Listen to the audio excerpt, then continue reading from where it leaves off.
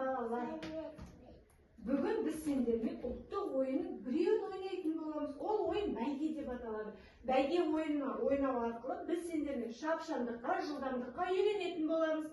Ойынның шарты, кімнің жүйрік аты бірінші болып келсе, сол бала жеңіске жетеді. Ал 1, 2, 3, кәне бастаймыз.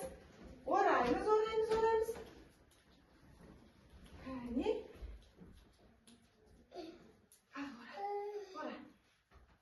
Кәне. Жылдам, кім тезірек келеді?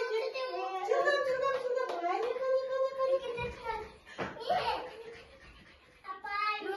Өте жақсы, бірінші болып бізде Зәуре, Омар, Илигай. Қане, соңғы ораймыз. Тез. Өте жақсы, тамаша. Барлығымыздың атымыз мәреге жетті ма?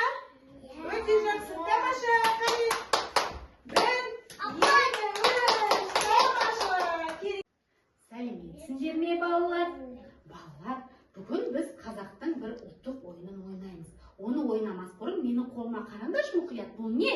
Арқан. Жарайсыңдар.